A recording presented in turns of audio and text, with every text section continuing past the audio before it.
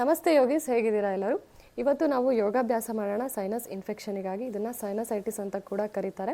ಈ ಒಂದು ಕಂಡೀಷನಿಂದ ಸಫರ್ ಆಗ್ತಿರೋರಿಗೆ ಡೆಫಿನೆಟಾಗಿ ಅವರಿಗೆ ಗೊತ್ತಿರುತ್ತೆ. ಈ ಒಂದು ಕಂಡೀಷನಲ್ಲಿ ತಲೆನೋವು ಭಾಳ ಬರುತ್ತೆ ಮತ್ತು ಈ ಒಂದು ಭಾಗದಲ್ಲಿ ಅವರಿಗೆ ತುಂಬ ಪೇನ್ ಇರುತ್ತೆ.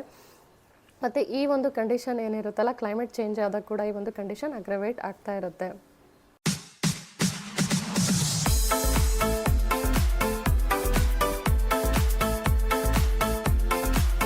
ಹಾಗಿದ್ರೆ ಬನ್ನಿ, ಈ ಒಂದು ಸೈನಸೈಟಿಸ್ ಅಂದರೆ ಏನು ಅಂತ ಹೇಳಿ ನಾನು ನಿಮಗೆ ತಿಳಿಸ್ತೀನಿ. ನೀವು ಈ ಫೋಟೋದಲ್ಲಿ ನೋಡ್ತಾ ಇರೋ ಹಾಗೆ ನಮ್ಮ ಫೇಸಲ್ಲಿ ಹಲವಾರು ಕ್ಯಾವಿಟೀಸ್ ಇರುತ್ತೆ. ಈ ಕ್ಯಾವಿಟೀಸ್ಗಳನ್ನು ನಾವು ಸೈನಸ್ ಅಂತ ಹೇಳಿ ಕರಿತೀವಿ. ಸೊ ಈ ಸೈನಸ್ಗಳಲ್ಲಿ ಯಾವಾಗ ಬ್ಯಾಕ್ಟೀರಿಯಾ ಮತ್ತು ವೈರಸ್ಗಳಿಂದ ಇನ್ಫೆಕ್ಷನ್ ಉಂಟಾಗುತ್ತಲ್ಲ, ಆವಾಗ ಇದನ್ನು ಸೈನಸೈಟಿಸ್ ಅಂತ ಹೇಳಿ ಕರಿತೀವಿ. ಸೊ ಈ ಸೈನಸೈಟಿಸಲ್ಲಿ ಮುಖ್ಯವಾಗಿ ಏನಾಗುತ್ತೆ ಅಂತ ಅಂದರೆ, ಬ್ಯಾಕ್ಟೀರಿಯಾ ಮತ್ತು ವೈರಸ್ ಇನ್ಫೆಕ್ಷನ್ ಆದ ಕಾರಣ ಏನಾಗುತ್ತೆ, ಈ ಒಂದು ಕ್ಯಾವಿಟೀಸ್ಗಳಲ್ಲಿ ನಾರ್ಮಲ್ ಆಗಿ ಏನು ಫ್ಲೂಯಿಡ್ ಸೆಕ್ರಿಷನ್ ಆಗ್ತಾ ಇರುತ್ತಲ್ಲ, ಅದು ಏನಾಗುತ್ತೆ, ಇನ್ಫೆಕ್ಷನ್ ಆದ ಕಾರಣ ಏನಾಗ್ಬಿಡುತ್ತೆ, ಅಲ್ಲಿ ಡಾರ್ಕ್ ಆದಂತಹ ಯೆಲ್ಲೋಯಿಶ್ ಮತ್ತು ಗ್ರೀನಿಶ್ ಕಲರ್ ಆದಂತಹ ಫ್ಲೂಯಿಡ್ ಏನಾಗುತ್ತೆ ಈ ಒಂದು ಕ್ಯಾವಿಟೀಸ್ಗಳಲ್ಲಿ ಫಿಲಪ್ ಆಗುತ್ತೆ. ಸೊ ಈ ಗಟ್ಟಿಯಾದಂತಹ ಮ್ಯೂಕಸ್ ಏನಾಗುತ್ತೆ ಅಂತ ಅಂದರೆ ನಮಗೆ ತಲೆನೋವು ಬರೋ ಹಾಗೆ. ಸೊ ಈ ಒಂದು ಪಾರ್ಟಲ್ಲಿ ಏನು ಫ್ರಂಟಲ್ ಸೈನಸ್ ಇರುತ್ತಲ್ಲ, ಸೊ ಈ ಭಾಗದಲ್ಲಿ ತಲೆನೋವು ಉಂಟಾಗುತ್ತೆ. ಮತ್ತು ಈ ಒಂದು ಮ್ಯಾಕ್ಸಿಲರಿ ಸೈನಸ್ ಏನು ಇಲ್ಲಿರುತ್ತಲ್ಲ, ಸೊ ಈ ಭಾಗದಲ್ಲಿ ಕೂಡ ಏನಾಗುತ್ತೆ, ಬಹಳಷ್ಟು ಪೇನ್ ಕಾಣಿಸ್ಕೊಳ್ಳುತ್ತೆ. ಸೊ ಈ ಒಂದು ಕಂಡೀಷನಲ್ಲಿ ಏನಾಗುತ್ತೆ ಅಂದರೆ, ಈ ಒಂದು ಕಂಡೀಷನಲ್ಲಿ ಇಯರ್ಸ್, ನಮ್ಮ ಕಿವಿಗಳು ಕೂಡ ರಿಲೇಟೆಡ್ ಇರೋದ್ರಿಂದ ಏನಾಗುತ್ತೆ, ಸೊ ಈ ಮ್ಯೂಕಸ್, ಡಾರ್ಕ್ ಆದಂತಹ ಮ್ಯೂಕಸ್ ಏನಾಗುತ್ತೆ, ಇದು ನಮಗೆ ಇಯರ್ ಇನ್ಫೆಕ್ಷನ್ ಆಗಿರ್ಬೋದು ಮತ್ತು ಥ್ರೋಟ್ ಇನ್ಫೆಕ್ಷನ್ ಆಗ್ಲಿಕ್ಕೆ ಕೂಡ ಈ ಒಂದು ಸೈನಸೈಟಿಸ್ ಕಾರಣ ಅಂತ ಹೇಳ್ಬೋದು. ನಾರ್ಮಲ್ ಆಗಿ ಏನಾಗುತ್ತೆ, ಈ ಒಂದು ಸೈನಸೈಟಿಸ್ ಏನಿದೆಯಲ್ಲ, ಇದು ನಾರ್ಮಲ್ ಆಗಿ ಎಲ್ಲರಿಗೂ ಆಗೋದಿಲ್ಲ. ಯಾಕೆ ಆಗೋದಿಲ್ಲ ಅಂತ ಅಂದರೆ, ಏನಾಗುತ್ತೆ, ಬ್ಯಾಕ್ಟೀರಿಯಾ ಅಥವಾ ಇನ್ಫೆಕ್ಷನ್ ಏನಾಗುತ್ತೆ ನಮ್ಮ ಬಾಡಿಯಲ್ಲಿ ಯಾವಾಗ ಎಂಟ್ರಿ ಆಗುತ್ತಲ್ಲ, ನಮ್ಮ ನೋಸ್ ಏನಾಗುತ್ತೆ, ಅದು ಡ್ರೈ ಅಪ್ ಮಾಡಿಬಿಡುತ್ತೆ. ಸೊ ಮ್ಯೂಕಸ್ ಫಾರ್ಮೇಷನ್ ಆಗೋದಿಲ್ಲ, ಅದು ನಾರ್ಮಲ್ ಆಗಿ ಸಾಮಾನ್ಯವಾಗಿ ಡ್ರೈ ಅಪ್ ಆಗಿಬಿಡುತ್ತೆ. ಬಟ್ ಈ ಒಂದು ಸೈನಸೈಟಿಸ್ ಕಂಡೀಷನಲ್ಲಿ ಏನಾಗುತ್ತೆ ಅಂತ ಅಂದರೆ, ಅದು ಡ್ರೈ ಅಪ್ ಆಗೋದಿಲ್ಲ ಮತ್ತು ಇನ್ನೂ ಕಂಡೀಷನ್ ಏನಾಗುತ್ತೆ, ವರ್ಸ್ಟ್ ಆಗುತ್ತೆ. ಮತ್ತು ನಮಗೆ ಡೈಜೆಷನ್ ಪ್ರಾಬ್ಲಮ್ಸ್ ಇರ್ಬೋದು. ಈವನ್ ನಮ್ಮ ನೋಸ್ ಏನಿದೆಯಲ್ಲ, ನಮ್ಮ ಏರ್ವೇ ಏನಿದೆಯಲ್ಲ, ಸೆನ್ಸಿಟಿವ್ ಆದ ಕಾರಣ ಏನಾಗುತ್ತೆ, ಈ ಒಂದು ಸೈನಸೈಟಿಸ್ ಕಂಡೀಷನಲ್ಲಿ ಮ್ಯೂಕಸ್ ಏನಿದೆಯಲ್ಲ ಬಹಳಷ್ಟು ಜಾಸ್ತಿ ಪ್ರೊಡಕ್ಷನ್ ಆಗಲಿಕ್ಕೆ ಸ್ಟಾರ್ಟ್ ಆಗುತ್ತೆ. ನಾರ್ಮಲ್ ಆಗಿ ಶೀತ ಕೆಮ್ಮು ಆದಾಗ ಏನಾಗುತ್ತೆ, ಅದು ಸಾಮಾನ್ಯವಾಗಿ 1 ವೀಕ್, 1 ವಾರಕ್ಕಿಂತ ಹೆಚ್ಚು ಇರೋದಿಲ್ಲ. ಬಟ್ ಈ ಒಂದು ಸೈನಸೈಟಿಸ್ ಏನಿದೆಯಲ್ಲ, ಇದು ಕಂಟಿನ್ಯೂಯಸ್ ಆಗಿ ತಿಂಗಳಾನುಗಟ್ಟಲೆ ಇದು ಇರುತ್ತೆ ಮತ್ತು ಪದೇ ಪದೇ ಅವರಿಗೆ ಸೀನು ಬರ್ತಾನೆ ಇರುತ್ತೆ ಮತ್ತು ಮೂಗು ಕಟ್ಟೋದು ಇದು ಅವರಲ್ಲಿ ತುಂಬ ಸಾಮಾನ್ಯವಾಗಿ ಕಾಣಿಸ್ಕೊಳ್ಳುತ್ತೆ. ಏಕೆಂದರೆ ಆಯುರ್ವೇದದಲ್ಲಿ ಕಫದೋಷ ಅಂತ ಹೇಳಿ ಕರೀತಾರೆ ಇದನ್ನು. ಸೊ ಯಾವಾಗ ಕಫದೋಷ ಏನಿದೆಯಲ್ಲ, ಅದು ವಿಕೃತಿ ಆದಾಗ ಏನಾಗುತ್ತೆ, ಈ ಒಂದು ಸೈನಸೈಟಿಸ್ ಕಾರಣ ಆಗುತ್ತೆ.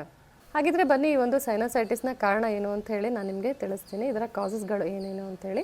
ಇದಕ್ಕೆ ಮುಖ್ಯವಾಗಿ 2 ಕಾರಣ ಇರುತ್ತೆ. ಮೊದಲನೇದಾಗಿ ಎಕ್ಸ್ಟರ್ನಲ್ ಕಾಸಸ್ ಮತ್ತು ಎರಡನೇದಾಗಿ ಇಂಟರ್ನಲ್ ಕಾಸಸ್ ಅಂಥೇಳಿ. ಮೊದಲನೇದಾಗಿ ಎಕ್ಸ್ಟರ್ನಲ್ ಕಾಸಸ್ಗಳಲ್ಲಿ ಏನಾಗುತ್ತೆ ಅಂದರೆ, ನಮ್ಮ ನೇಸಲ್ ಕ್ಯಾವಿಟಿ ಏನಿದೆಯಲ್ಲ, ಅದು ಸೆನ್ಸಿಟಿವ್ ಆಗಿರುತ್ತೆ ಕೆಲವು ಎಕ್ಸ್ಟರ್ನಲ್ ಎನ್ವಿರಾನ್ಮೆಂಟಲ್ ಫ್ಯಾಕ್ಟರ್ಸ್ಗಳಿಂದ. ಸೊ ಅದು ಯಾವ್ದ್ಯಾವುದು ಅಂತ ಅಂದರೆ, ಕೆಲವರಲ್ಲಿ ಏನಾಗುತ್ತೆ, ಡಸ್ಟಿಂದ ಆಗಿರ್ಬೋದು, ಹೂಗಳಲ್ಲಿ ಇರ್ತಕ್ಕಂತಹ ಪೋಲೆನ್ಸ್ಗಳಾಗಿರ್ಬೋದು, ಅಥವಾ ಕೋಲ್ಡ್ ಕ್ಲೈಮೇಟಿಗೆ ಆಗಿರ್ಬೋದು, ಏನಾಗುತ್ತೆ ಅಂದರೆ ನಮ್ಮ ನೇಸಲ್ ಕ್ಯಾವಿಟಿ ಏನಿದೆಯಲ್ಲ, ಅದು ಸೆನ್ಸಿಟಿವ್ ಆದ ಕಾರಣ ಏನಾಗುತ್ತೆ, ಈ ಒಂದು ಸೈನಸೈಟಿಸ್ಗೆ ಒಂದು ಮುಖ್ಯವಾದಂತಹ ಕಾರಣ ಆಗ್ಬೋದು ಈ ಒಂದು ಕಂಡೀಷನ್. ಸೈನಸೈಟಿಸ್ ಜಾಸ್ತಿ ಮಾಡ್ತಕ್ಕಂತಹ ಇಂಟರ್ನಲ್ ಫ್ಯಾಕ್ಟರ್ಸ್ಗಳು ಯಾವ್ದ್ಯಾವುದು ಅಂತ ಹೇಳ್ಬಿಟ್ಟು ನಾನು ನಿಮಗೆ ಈಗ ತಿಳಿಸ್ತೀನಿ. ಈ ಫೋಟೋದಲ್ಲಿ ನೋಡ್ತಾ ಇರ್ಬೋದು ನೀವು, ಇದಕ್ಕೆ ನೇಸಲ್ ಪಾಲಿಪ್ ಅಂತ ಹೇಳಿ ಕರೀತಾರೆ. ನಮ್ಮ ನೇಸಲ್ ಕ್ಯಾವಿಟಿಯಲ್ಲಿ ಏನು ಟಿಶ್ಯೂಸ್ ಇರುತ್ತಲ್ಲ, ಸೊ ಈ ಟಿಶ್ಯೂ ಅಲ್ಲಿ ಎಕ್ಸ್ಟ್ರಾ ಗ್ರೋತ್ ಆಗೋದ್ರಿಂದ ಏನಾಗುತ್ತೆ, ಈ ಒಂದು ಪಾಲಿಪ್ ಕಾಣಿಸ್ಕೊಳ್ಳುತ್ತೆ. ಸೊ ಈ ಪಾಲಿಪ್ಗಳು ಕಾಣಿಸ್ಕೊಳ್ಳೋದ್ರಿಂದ ನಮ್ಮ ಒಂದು ಸೈನಸೈಟಿಸ್ ಕಂಡೀಷನ್ ಏನಿದೆಯಲ್ಲ, ಇದು ಜಾಸ್ತಿ ಮಾಡುತ್ತೆ. ಎರಡನೇ ಕಾರಣ ಬಂದುಬಿಟ್ಟು ಅದು ಡಿವಿಯೇಟೆಡ್ ನೇಸಲ್ ಸೆಪ್ಟಮ್ ಅಂತ ಹೇಳಿಬಿಟ್ಟು. ಈ ಒಂದು ಕಂಡೀಷನ್ನಲ್ಲಿ ಕೂಡ ಏನಾಗುತ್ತೆ, ನಮಗೆ ಸೈನಸೈಟಿಸ್ ಜಾಸ್ತಿ ಆಗುತ್ತೆ. ಏಕೆಂದರೆ ನಾರ್ಮಲ್ ಆಗಿ ಏನು ನೇಸಲ್ ಸೆಪ್ಟಮ್ ಏನಿರುತ್ತಲ್ಲ, ಅದು ನಾರ್ಮಲ್ ಆಗಿ ಇರೋದಿಲ್ಲ ಈ ಕಂಡೀಷನಲ್ಲಿ. ಸೊ ಇದು ಕೂಡ ನಮಗೆ ಸೈನಸೈಟಿಸ್ಗೆ ಒಂದು ಕಾರಣ ಅಂತ ಹೇಳ್ಬೋದು. ಮೂರನೇ ಕಾರಣ ಬಂದುಬಿಟ್ಟು ಅದು ಸೈನಸ್ ಡಿಫಾರ್ಮಿಟಿ ಅಂಥೇಳಿ.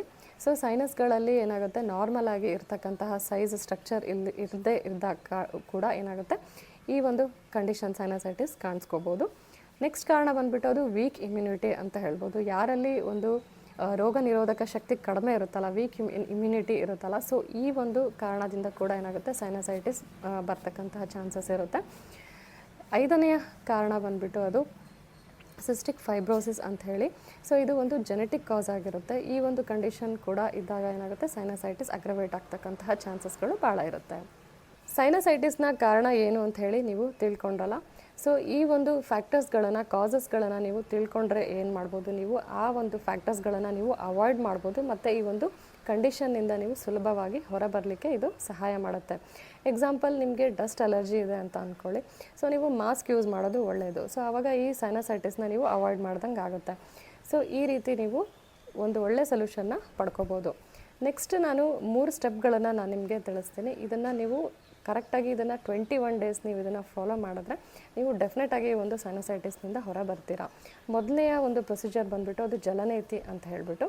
ಸೊ ಈ ಜಲನೇತಿಯಲ್ಲಿ ಏನಾಗುತ್ತೆ ಅಂದರೆ, ನಾವು ನೀರು ಏನು ಮಾಡ್ತೀವಿ, ಸೊ ಸ್ವಲ್ಪ ಸಾಲ್ಟ್ ಹಾಕ್ಕೊಂಬಿಟ್ಟು ಅದರಲ್ಲಿ ಏನು ಮಾಡ್ತೀವಿ, ಜಲನೇತಿ ಪಾಟ್ ಅಂತ ಹೇಳಿ ಸಿಗುತ್ತೆ. ಸೊ ಅದರಲ್ಲಿ ನಾವು ಫ್ಲೂಯಿಡ್ ನೀರನ್ನ ಹಾಕಿಬಿಟ್ಟು ನಾವು ಮೂಗಿನ ಮುಖಾಂತರ ಏನು ಮಾಡ್ತೀವಿ, ಫ್ಲೂಯಿಡ್ನ ಪಾಸ್ ಮಾಡ್ತೀವಿ. ಸೊ ಇದರಿಂದ ಏನಾಗುತ್ತೆ, ನಮ್ಮ ಮೂಗಲ್ಲಿ ಇರ್ತಕ್ಕಂತಹ ಕ್ಯಾವಿಟೀಸ್ಗಳು ಏನಿದೆಯಲ್ಲ, ಸೊ ಮ್ಯೂಕಸ್ ಎಲ್ಲ ಹೊರ ಬರಲಿಕ್ಕೆ ಸ್ಟಾರ್ಟ್ ಆಗುತ್ತೆ.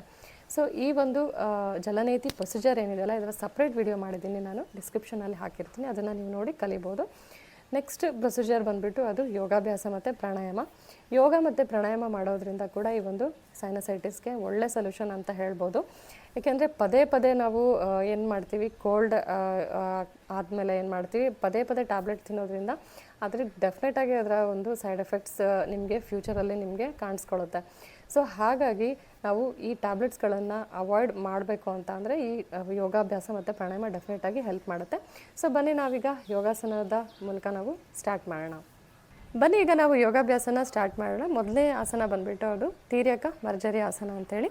ಈ ಎಲ್ಲ ಆಸನಗಳನ್ನು ನೀವು ಮನೇಲಿ 3 ಟೈಮ್ಸ್ ಇದನ್ನು ರಿಪೀಟ್ ಮಾಡಿ. ಸೊ ಮೊದಲನೇದಾಗಿ ನಾವೇನು ಮಾಡ್ತೀವಿ, ವಜ್ರಾಸನ ಪೊಸಿಷನಲ್ಲಿ ಒಂದು ಪೊಸಿಷನಲ್ಲಿ ಬರ್ತೀವಿ. ನೆಕ್ಸ್ಟು ನಮ್ಮ 2 ಕೈಗಳನ್ನು ಈ ರೀತಿ ನಮ್ಮ ಶೋಲ್ಡರ್ ಡಿಸ್ಟೆನ್ಸ್ ಏನಿದೆಯಲ್ಲ, ಸೊ ಅಷ್ಟು ನಮ್ಮ 2 ಕೈಗಳನ್ನು ಅಗಲ ಮಾಡ್ತೀವಿ ಮತ್ತು ಹಿಪ್ ಡಿಸ್ಟೆನ್ಸ್ ಅಷ್ಟು ನಮ್ಮ 2 ಕಾಲುಗಳನ್ನು ಈ ರೀತಿ ಅಗಲ ಮಾಡ್ತೀವಿ. ನೆಕ್ಸ್ಟ್ ಏನು ಮಾಡಬೇಕಾಗುತ್ತೆ, ಈ ರೀತಿ ಇನ್ಹೇಲ್ ಮಾಡಿ ಉಸಿರು ತಗೋಬಿಟ್ಟು ಈ ರೀತಿ ಕೈಗಳನ್ನು ಈಗ ನಾನು ರೈಟ್ ಹ್ಯಾಂಡ್ ಏನಿದೆಯಲ್ಲ ಈ ರೀತಿ ಎಕ್ಸ್ಟೆಂಡ್ ಮಾಡಿದ್ದೀನಿ. ನೆಕ್ಸ್ಟು ಲೆಫ್ಟ್ ಹ್ಯಾಂಡ್ ಏನು ಮಾಡ್ತೀನಿ, ಈ ರೀತಿ ಎಕ್ಸ್ಟೆಂಡ್ ಮಾಡ್ತೀನಿ. ಹೋಲ್ಡ್ ಮಾಡಿ ಒಂದು ಪೊಸಿಷನಲ್ಲಿ ನಾರ್ಮಲ್ ಬ್ರೀತ್ ಇನ್ ಬ್ರೀತ್ ಔಟ್ ಮಾಡಿ, ಇನ್ಹೇಲ್ ಎಕ್ಸೇಲ್, ಹೋಲ್ಡ್ ಮಾಡಿ 5 ಸೆಕೆಂಡ್ಸ್. 1 2 3 4 5 ರಿಲ್ಯಾಕ್ಸ್. ಸೊ ನೋಡಲಿಕ್ಕೆ ಕಾಂಪ್ಲಿಕೇಟೆಡ್ ಅನಿಸುತ್ತೆ, ಬಟ್ ಇದು ಕಾಂಪ್ಲಿಕೇಟೆಡ್ ಖಂಡಿತ ಇಲ್ಲ. ನೆಕ್ಸ್ಟ್ ನಾವು ಅಪೋಸಿಟ್ ಡೈರೆಕ್ಷನ್ ಮಾಡೋಣ. ಸೊ ಈ ರೀತಿ ಇನ್ಹೇಲ್ ಮಾಡಿ, ಇನ್ಹೇಲ್ ಎಕ್ಸೇಲ್ ಮಾಡ್ತಾ ಕೈಗಳನ್ನು ಈ ರೀತಿ ಎಕ್ಸ್ಟೆಂಡ್ ಮಾಡಿ, ನೆಕ್ಸ್ಟು ಹೋಲ್ಡ್ ಮಾಡಿ ಈ ಒಂದು ಪೊಸಿಷನಲ್ಲಿ 1 2 3 4 5 ರಿಲ್ಯಾಕ್ಸ್. Next vajrasana position. ಬನ್ನಿ ಈಗ ನಾವು ನೆಕ್ಸ್ಟ್ ಆಸನ ಮಾಡೋಣ. ಇದಕ್ಕೆ ವಿಪರೀತ ಕರಣಿ ಅಂತ ಹೇಳಿ ಕರೀತಾರೆ. ಸೊ ಈ ಒಂದು ಆಸನ ಮಾಡಲಿಕ್ಕೆ ಈ ರೀತಿ ಸುಪೈನ್ ಪೊಸಿಷನಲ್ಲಿ ಈ ರೀತಿ ಮಲ್ಕೋಬೇಕು. ನೆಕ್ಸ್ಟು ಇದರ 2 ವೇರಿಯೇಷನ್ ತೋರಿಸ್ತೀನಿ. ಒಂದು ಈಸಿ ವೇರಿಯೇಷನ್ ಏನಾಗುತ್ತೆ, ನಾವು ಇನ್ಹೇಲ್ ಮಾಡ್ತಾ ಉಸಿರು ತಗೋತಾ ಈ ರೀತಿ 2 ಕಾಲುಗಳನ್ನು ಲಿಫ್ಟ್ ಮಾಡ್ತೀವಿ. ಓಕೆ, ಸೊ ಈ ಒಂದು ಪೊಸಿಷನಲ್ಲೇ ಹೋಲ್ಡ್ ಮಾಡೋಣ ಈ ರೀತಿ. ಓಕೆ, ಇದು ಈಸಿ ಆದಂತಹ ವರ್ಷನ್. ಸೊ ಇದು ಕಷ್ಟ ಆಯಿತು ಅಂತ ಅಂದರೆ ನೀವೇನು ಮಾಡ್ಬೋದು, ಹಿಪ್ಸ್ ಕೆಳಗಡೆಗೆ ದಿಂಬು ಹಾಕ್ಕೋಬೋದು. ಸೊ ದಿಂಬು ಹಾಕ್ಬಿಟ್ಟು ಕೂಡ ಈ ಒಂದು ಪೊಸಿಷನಲ್ಲಿ ಹೋಲ್ಡ್ ಮಾಡಿ 5 ಸೆಕೆಂಡ್ಸ್. 1 2 3 4 5 ರಿಲ್ಯಾಕ್ಸ್.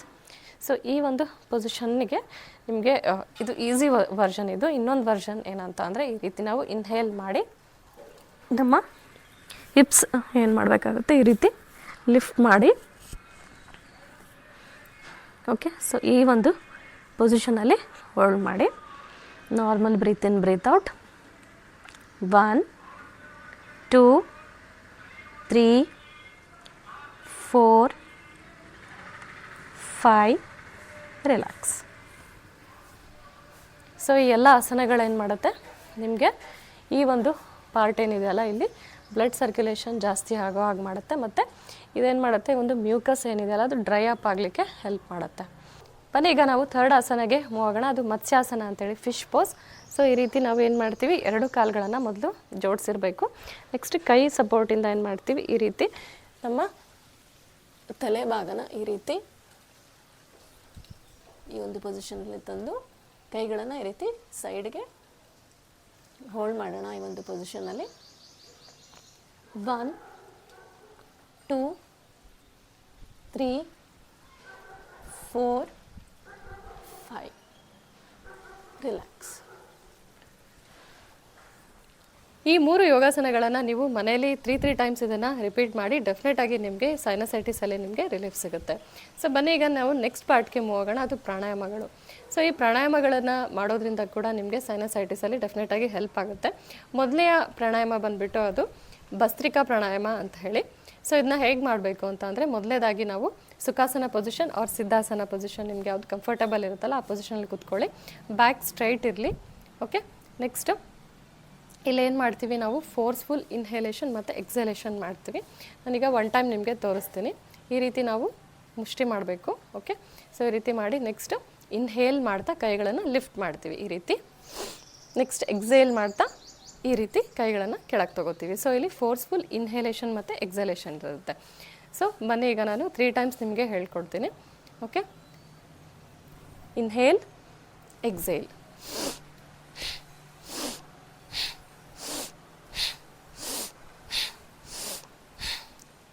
ಸೊ ನೋಡಿದ್ರಲ್ಲ, ಇದಕ್ಕೆ ಭಸ್ತ್ರಿಕಾ ಪ್ರಾಣಾಯಾಮ ಅಂತ ಹೇಳಿ ಕರೀತಾರೆ. ಇದರ ಡೀಟೇಲ್ಡ್ ವಿಡಿಯೋನ ನಾನು ಮಾಡಿದ್ದೀನಿ. ಸೊ ಇದನ್ನು ನಾನು ಡಿಸ್ಕ್ರಿಪ್ಷನಲ್ಲಿ ಹಾಕಿರ್ತೀವಿ, ನೀವು ನೋಡಿ ಇದನ್ನು ಕಲಿಬೋದು. ಸೊ ಈ ಒಂದು ಪ್ರಾಣಾಯಾಮ ಏನಿದೆ ಅಲ್ಲ, ಇದನ್ನು ನೀವು 10 ಟೈಮ್ಸ್ ಇದನ್ನು 3 ಸೆಟ್ ಆಗಿ ಇದನ್ನು ನೀವು ಮಾಡಿ. ಸೊ ಅವಾಗ ಏನಾಗುತ್ತೆ, ನಿಮಗೆ ಒಂದು ಕಂಟಿನ್ಯೂಸ್ ಆಗಿ ಏನು ಮಾಡ್ತಿರಲ್ಲ, ಮ್ಯೂಕಸ್ ಏನಿದೆ ಅಲ್ಲ ಅದು ಆಟೋಮೆಟಿಕ್ ಆಗಿ ನಿಮಗೆ ಡ್ರೈ ಆಗಲಿಕ್ಕೆ ಸ್ಟಾರ್ಟ್ ಆಗುತ್ತೆ. ಸೊ ಕ್ರಮೇಣ ಚೇಂಜಸ್ ನೀವು ಅಬ್ಸರ್ವ್ ಮಾಡ್ತೀರಾ. ಬನ್ನಿ ಈಗ ನಾವು ನೆಕ್ಸ್ಟ್ ಪ್ರಾಣಾಯಾಮ ಮಾಡೋಣ. ಅದರ ಹೆಸರು ಕಪಾಲಭಾತಿ ಅಂತ ಹೇಳಿ. ಇದು one of the shut karmas ಅಂತ ಕೂಡ ಕರೀತಾರೆ. ಸೊ ಇದನ್ನು ಹೇಗೆ ಮಾಡೋದು ಅಂತ ಅಂದರೆ, ಇಲ್ಲಿ ನಾವು ಆ್ಯಕ್ಟಿವ್ ಆಗಿ ಏನು ಮಾಡ್ತೀವಿ, ಫೋರ್ಸ್ಫುಲ್ ಆಗಿ ನಾವು ಉಸಿರನ್ನ ಹೊರ ಬಿಡ್ತೀವಿ. ಇನ್ಹೇಲೇಷನ್ ಏನಿದೆ ಅಲ್ಲ ಅದು 1 ಸೆಕೆಂಡ್ ಆಗಿದ್ದರೆ, ಅಂದರೆ ಉಸಿರನ್ನ ಒಳಗೆ ತಗೊಳ್ಳೋದು 1 ಸೆಕೆಂಡ್ ಆಗಿದ್ದರೆ, ನಾವು ಉಸಿರನ್ನ ಬಿಡೋದು 4 ಸೆಕೆಂಡ್ ಮಾಡ್ತೀವಿ. ಸೊ ಇದಕ್ಕೆ ಆ್ಯಕ್ಟಿವ್ ಆಗಿ ಎಕ್ಸಲೇಷನ್ ಮಾಡೋದು ಮತ್ತು ಪಾಸಿವ್ ಆಗಿ ಇನ್ಹೇಲೇಷನ್ ಅಂತ ಹೇಳಿ ಕರಿತೀವಿ. ಸೊ ಬನ್ನಿ ಈಗ ಹೇಗೆ ಮಾಡೋದು ಅಂತ ಹೇಳ್ತೀನಿ.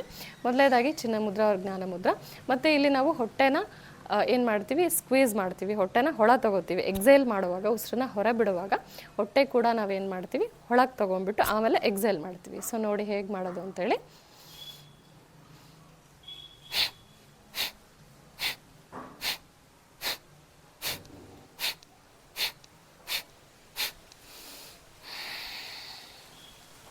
ರಿಲ್ಯಾಕ್ಸ್. ಸೊ ಇದನ್ನು ಮಾಡುವಾಗ ನಮ್ಮ ಐಬ್ರೋಸ್ ರಿಲ್ಯಾಕ್ಸ್ ಆಗಿರಲಿ, ನಮ್ಮ ಫೇಸ್ ಮೇಲೆ ಒಂದು ಸ್ಮೈಲ್ ಇರಲಿ. ಸೊ ಇದನ್ನು ನಾವು ಯಾವಾಗ ಫೀಲ್ ಮಾಡ್ಕೋತಾ ಇದನ್ನು ನೀಟಾಗಿ ಚೆನ್ನಾಗಿ ನಾವು ಮಾಡ್ತೀವಲ್ಲ, ಇದು ಡೆಫಿನೆಟಾಗಿ ನಮಗೆ ಸೈನಸೈಟಿಸಲ್ಲಿ ಹೆಲ್ಪ್ ಆಗುತ್ತೆ. ಇದನ್ನು ಸಹ ನೀವೇನು ಮಾಡಿ 20 ಸ್ಟ್ರೋಕ್ಸ್ ಮಾಡಿ, ಇನಿಷಿಯಲ್ ಬಿಗಿನರ್ಸ್ ಆಗಿದ್ದರೆ. ಸೊ 20 ಸ್ಟ್ರೋಕ್ಸ್ ಇದನ್ನು 3 ಟೈಮ್ಸ್ ಇದನ್ನು ರಿಪೀಟ್ ಮಾಡಿ. ನೆಕ್ಸ್ಟ್ ಪ್ರಾಣಾಯಾಮ ಬಂದುಬಿಟ್ಟು ಅದು ಅನುಲೋಮ ವಿಲೋಮ ಅಂಥೇಳಿ. ಸೊ ಅನುಲೋಮ ವಿಲೋಮದಲ್ಲಿ ಏನು ಮಾಡ್ತೀವಿ, ಲೆಫ್ಟ್ ಇನ್ಹೇಲ್, ಲೆಫ್ಟ್ ಕ್ಲೋಸ್ ಮಾಡಿ, next right exhale, right close ಮಾಡಿ, ಇನ್ಹೇಲ್, ಎಕ್ಸೇಲ್. ಸೊ ಇದನ್ನು ಆಲ್ಟರ್ನೇಟ್ ನೇಸಲ್ ಬ್ರೀತಿಂಗ್ ಅಂತ ಕೂಡ ಕರೀತಾರೆ. ಸೊ ಇದನ್ನು ಹೇಗೆ ಮಾಡೋದು ಅಂತ ತೋರಿಸ್ತೀನಿ. ಸೊ ಲೆಫ್ಟ್ ಹ್ಯಾಂಡ್ ಚಿನ್ನ ಮುದ್ರಾ ಅವ್ರ ಜ್ಞಾನ ಮುದ್ರಾ, ರೈಟ್ ಹ್ಯಾಂಡ್ ಈ ರೀತಿ ಪ್ರಣವ ಮುದ್ರಾ ಅವ್ರ ವಾಯು ಮುದ್ರಾ ಕೂಡ ನೀವು ಹಾಕ್ಬೋದು. ಸೊ ಈ ರೀತಿ ನಾವು ಲೆಫ್ಟಿಂದ ಸ್ಟಾರ್ಟ್ ಮಾಡ್ತೀವಿ. ಅನುಲೋಮ ವಿಲೋಮದಲ್ಲಿ ಏನು ಮಾಡ್ತೀವಿ, ಸೊ ಬ್ಯಾಕ್ ಕೂಡ ಗಮನ ಇರಲಿ. ಸೊ ಬ್ಯಾಕ್ ಸ್ಟ್ರೈಟ್ ಇರಲಿ.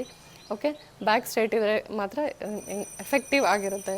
ಓಕೆ, ನೆಕ್ಸ್ಟ್ ಲೆಫ್ಟಿಂದ ನಾವು ಏನು ಮಾಡ್ತೀವಿ, ಇನ್ಹೇಲ್ ಮಾಡ್ತೀವಿ, ಲೆಫ್ಟನ್ನ ಕ್ಲೋಸ್ ಮಾಡ್ತೀವಿ. ನೆಕ್ಸ್ಟ್ ರೈಟಿಂದ ಎಕ್ಸೇಲ್ ಮಾಡ್ತೀವಿ, ರೈಟಿಂದ ಮತ್ತೆ ಇನ್ಹೇಲ್ ಮಾಡ್ತೀವಿ, ಉಸಿರು ತಗೋತೀವಿ, ಮತ್ತು ರೈಟ್ನ ಕ್ಲೋಸ್ ಮಾಡಿ ಲೆಫ್ಟಿಂದ ಎಕ್ಸೇಲ್ ಮಾಡ್ತೀವಿ. ಓಕೆ, ಇದನ್ನು 1 ರೌಂಡ್ ಆಫ್ ಅನುಲೋಮ ವಿಲೋಮ ಅಂಥೇಳಿ ಕರೀತಾರೆ. ಸೊ ಈ ರೀತಿ ನೀವು ಇದನ್ನು ರಿಪೀಟಾಗಿ ಇದನ್ನು 3 to 5 ಟೈಮ್ಸ್ ಇದನ್ನು ರಿಪೀಟ್ ಮಾಡಿ 3 ಸೆಟ್ಸ್ ಮಾಡಿ ಇದನ್ನು, ನಿಮಗೆ ಡೆಫಿನೆಟಾಗಿ ಸೈನಸೈಟಿಸಲ್ಲಿ ನಿಮಗೆ ಹೆಲ್ಪ್ ಆಗುತ್ತೆ. ಸೈನಸೈಟಿಸ್ ಜಾಸ್ತಿ ಮಾಡ್ತಕ್ಕಂತಹ ಕೆಲವು ಆಹಾರಗಳನ್ನು ನಾನು ನಿಮಗೀಗ ತಿಳಿಸ್ತೀನಿ. ಸೊ ಈ ಆಹಾರಗಳನ್ನು ನೀವು ಕಂಪ್ಲೀಟಾಗಿ ಅವಾಯ್ಡ್ ಮಾಡಿ ಅಥವಾ ಕಡಿಮೆ ಪ್ರಮಾಣದಲ್ಲಿ ಇದನ್ನು ಸೇವನೆ ಮಾಡಿ. ಆವಾಗ ಡೆಫಿನೆಟಾಗಿ ನಿಮಗೆ ಈ ಒಂದು ಸೈನಸೈಟಿಸಿಂದ ರಿಲೀಫ್ ಸಿಗುತ್ತೆ. ಸೊ ಮೊದಲನೆಯ ಆಹಾರ ಕ್ರಮ ಯಾವುದು ನೀವು ಅವಾಯ್ಡ್ ಮಾಡಬೇಕು ಅಂತ ಅಂದರೆ, ಅದು ಮಿಲ್ಕ್ ಮತ್ತು ಮಿಲ್ಕ್ ಪ್ರಾಡಕ್ಟ್ಸ್, ಹಾಲಿನ ಉತ್ಪಾದನೆಗಳು, ಮತ್ತು ಈ ಒಂದು ಬಟರ್ ಏನಿದೆ ಅಲ್ಲ, ಸೊ ಬಟರು, ಚೀಸು, ಹಾಲು, ಸೊ ಇದನ್ನೆಲ್ಲ ನೀವು ಅವಾಯ್ಡ್ ಮಾಡಿ ಸ್ವಲ್ಪ ದಿನಗಳ ಕಾಲ. ನೀವು ಚೇಂಜಸ್ನ ನೀವು ಅಬ್ಸರ್ವ್ ಮಾಡ್ತೀರಾ.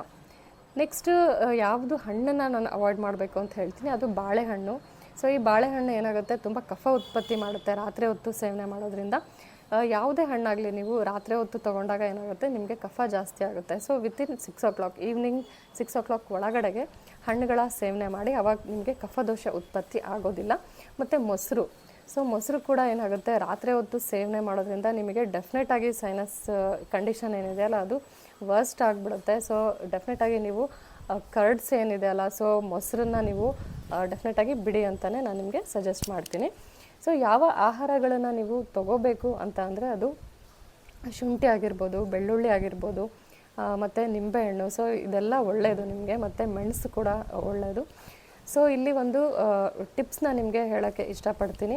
ತುಂಬಾ ಇದು ಎಫೆಕ್ಟಿವ್ ಆಗಿರ್ತಕ್ಕಂಥ ಒಂದು tip. So vitamin C rich ಇರತಕ್ಕಂತಹ ಮತ್ತು ಆ್ಯಂಟಿ ಇನ್ಫ್ಲಮೇಟರಿ ಪ್ರಾಪರ್ಟಿ ಇರತಕ್ಕಂತಹ ಬೆಟ್ಟದ ನೆಲ್ಲಿಕಾಯಿ. ಸೊ ನೀವು ಈ ಫೋಟೋದಲ್ಲಿ ನೋಡ್ಬೋದು. ಸೊ ಈ ಬೆಟ್ಟದ ನೆಲ್ಲಿಕಾಯಿನ ಮತ್ತು ಶುಂಠಿ ಈ ಎರಡನ್ನೂ ನೀವು ನೀಟಾಗಿ ಇದನ್ನು ಕ್ಲೀನ್ ಮಾಡಿ, ಇದನ್ನು ಸ್ಲೈಸ್ ಮಾಡಿ, ಇದನ್ನು ಮಿಕ್ಸಿ ಮಾಡಿಕೊಂಡು ಇದರ ಜ್ಯೂಸ್ ತೆಗೀರಿ.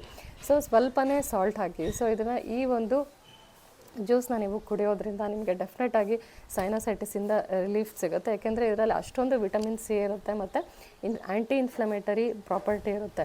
ಸೊ ಇದನ್ನು ನೀವು ಡೆಫಿನೆಟಾಗಿ ಟ್ರೈ ಮಾಡಿ. ಇನ್ನೊಂದು ಟಿಪ್ ಬಂದುಬಿಟ್ಟು, ನೀವು ಮಾರ್ನಿಂಗ್ ಏನಾಗುತ್ತೆ, ಖಾಲಿ ಹೊಟ್ಟೆಯಲ್ಲಿ ಸ್ವಲ್ಪ 1 ಗ್ಲಾಸ್ ನೀರಿಗೆ ನೀವೇನು ಮಾಡಿ, ಅರ್ಧ ಹೋಳಷ್ಟು ನಿಂಬೆಹಣ್ಣು ಹಾಕಿ ಮತ್ತು ಮೆಣಸನ್ನು ಹಾಕಿ ಅದಕ್ಕೆ. ಓಕೆ, ಸೊ ಮೆಣಸು ಮತ್ತು ಸ್ವಲ್ಪ ಉಪ್ಪು ಮತ್ತು ಅರಿಶಿನ. ಸೊ ಈ ಮಿಕ್ಸ್ಚರ್ನ ನೀವೇನು ಮಾಡಿ, ಇದನ್ನು ಡೈಲಿ ನೀವು 21 days ಕುಡೀರಿ. ನೆಕ್ಸ್ಟ್ ಇದರ ರಿಸಲ್ಟ್ ನೀವೇ ನನಗೆ ಹೇಳ್ತೀರಾ, ಅಷ್ಟೊಂದು ಎಫೆಕ್ಟಿವ್ ಇದು. ಸೊ ಈ 2 ರೆಮಿಡೀಸ್ ಏನಿದೆಯಲ್ಲ, ನೀವು ಇದನ್ನು ಜ್ಯೂಸ್ ಕುಡ್ದಾದ್ಮೇಲೆ ಅರ್ಧ ಗಂಟೆ ಗ್ಯಾಪ್ ಮಾಡಿ. ಸೊ ಈ ಅರ್ಧ ಗಂಟೆ ಗ್ಯಾಪಲ್ಲಿ ಅದೇನಾಗುತ್ತೆ, ವರ್ಕ್ ಆಗಲಿಕ್ಕೆ ಸ್ಟಾರ್ಟ್ ಆಗುತ್ತೆ. ನಮ್ಮ ದೇಹದಲ್ಲಿ ಏನು ಇಮ್ಯುನಿಟಿ ಕಡಿಮೆ ಆಗಿರ್ಬೋದು, ಅಥವಾ ಒಂದು ಇನ್ಫ್ಲಮೇಷನ್ ಜಾಸ್ತಿ ಮಾಡ್ತಕ್ಕಂತಹ ಒಂದು ಏನು ಕಂಡೀಷನ್ ಇರುತ್ತಲ್ಲ ನಮ್ಮ ದೇಹದಲ್ಲಿ, ಸೊ ಇದು ಎಲ್ಲ ಏನಾಗುತ್ತೆ, ಕ್ರಮೇಣ ಕಡಿಮೆ ಆಗಲಿಕ್ಕೆ ಸ್ಟಾರ್ಟ್ ಆಗುತ್ತೆ. ಸೊ ಇಲ್ಲಿಗೆ ಸೈನಸೈಟಿಸ್ಗೆ ಸಂಬಂಧಪಟ್ಟಂತಹ ಈ ಒಂದು ವಿಡಿಯೋ ಕಂಪ್ಲೀಟ್ ಆಗುತ್ತೆ.